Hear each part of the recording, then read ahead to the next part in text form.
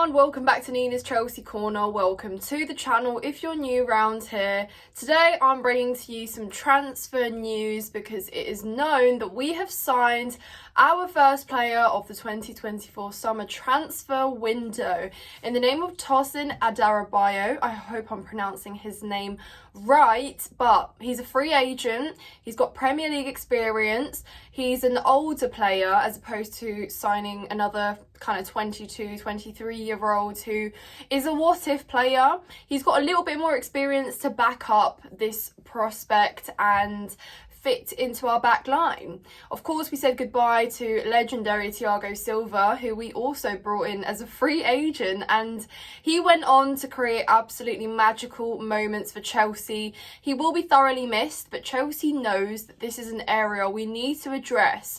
If you had told me last season that we would have needed another centre-back, I would have told you, no, that's a bit ridiculous. There are other areas we need to address. But when you take into account the fact that we brought in someone like Wesley Fofana, who has barely seen the light of day on the pitch, yes, it's very necessary. Disasi has been under scrutiny. I think he's had a decent start to life at Chelsea, but also has a lot of weaknesses to his game, is learning, is growing. Badiashile equally, I think at times has been unlucky with injuries, has not necessarily had much game time. I think he's played best alongside Thiago Silva, so it'll be interesting to see what the future holds for him.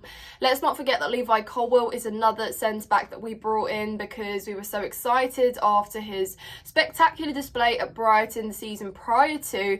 Instead, he spent large parts of the season playing as a left back because that role was very vacant for most of the season for us.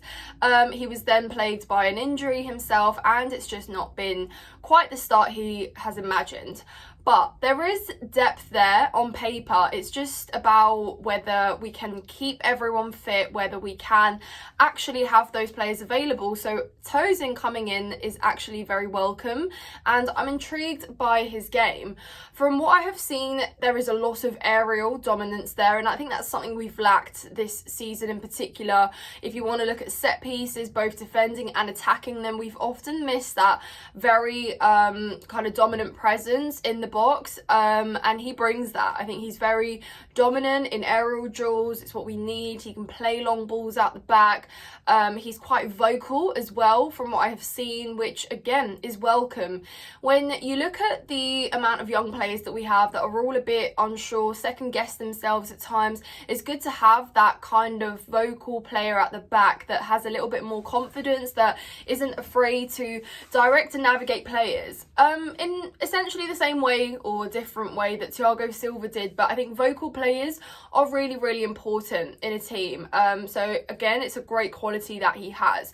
But I'm not going to hype him up too much. I think it's a sensible signing. He's obviously a free agent, so, you know, what's the worst that can happen? I think it's sensible in terms of realising that we do need a little bit more help in that back line. I really am hoping that Wesley Fofana will be available so we can finally see him. He wasn't a cheap player to sign, and it's just really been unfortunate with how his kind of whole life has unfolded at Chelsea. So smart signing. Let me know in the comments down below what you guys think. What are your thoughts on Tosin? Of course, we do have to address the elephant in the room though in that case, because it probably does mean that Trevor Chalobah is almost a certain departure. Now, this does sadden me, guys. I am a big fan of Trevor Chalobah. I think that what he has brought to Chelsea has often been overlooked, and he has been one of those players that brings so much more, but because he's not a player that will brag about it, that will sulk, that will throw a tantrum when things don't go his way, people don't really always notice him. But actually, he has been so important and so integral, particularly under Thomas Tuchel, when I think you can argue some of his best matches were played under him. Again, another player that was both mistreated, that was also unlucky in many ways in terms of fitness as well. And I just think that he has not had the best last couple years in Chelsea that he has deserved. But the way that he came through and sparked in the latter stages of last season was certainly enough to impress you and tell you that there is a player still there in Trev that is just not worth letting go. But unfortunately here, guys, we need to look at the bigger picture and think that the owners are looking to sell and generate pure profit. And perhaps in this signing with Tosin today, it's almost a reinforcement, and that's exactly the vision that they have moving forwards. But let's talk a little bit about the unveiling of the player. I'm sure some of you have watched his video that was filmed at Cobham. He was born 3 miles away from Stamford Bridge at St Mary's Hospital, which for whatever it's worth, it's always nice to, you know, feel like a player is quite close to Chelsea. He described it as a full circle moment for him. He also did say that he's very close to Cole and Raz, and it's good to know that there are certain players there that he's spoken to that have said apparently positive things about the club. So he is walking into a team where there are some familiar faces. I think he is exactly a player that Maresca probably wants in his back line as well, particularly how he likes to play out the back and what he can bring, Tosin, in terms of clearances and tackles, but equally play the ball forward, provide those long passes. I think that's something that we're really going to look. But again, we are going to be playing dominant possession-based football, so it's interesting to see as well what he can bring in that regard. But smart signing, decent, guys. We won't hype the player too much before we see him at Chelsea, but he's a little bit older. He's not exactly coming in as a bit of a what-if player. There is still some experience there to back up to his name. I know a lot of people perhaps would have liked maybe someone a bit more experienced, but again, just let me know your thoughts in the comments down below.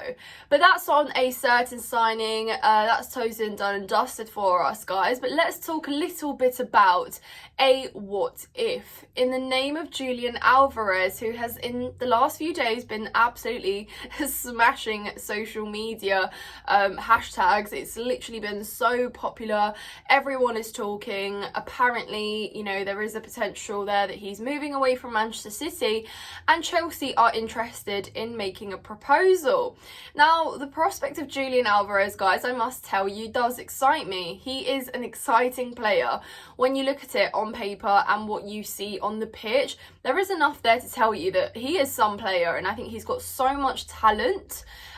He's a World Cup winner as well, and perhaps, yes, there are certain weaknesses to his game in terms of the striker role that he plays. You know, he doesn't actually have that much height. He's a bit shorter, but he utilises his technical ability in a way that he doesn't make that too much of a weakness in his game, in my opinion. You know, he's not your target kind of man that you can whip balls in and, you know, he'll get into space or find them, header them in. But equally, I think when you look at the sort of qualities we are really looking for, we already know that we need someone that's going to actually still complement our front line. What I mean by that is, you look at your Nkunkus, your Palmers, your Maduekes.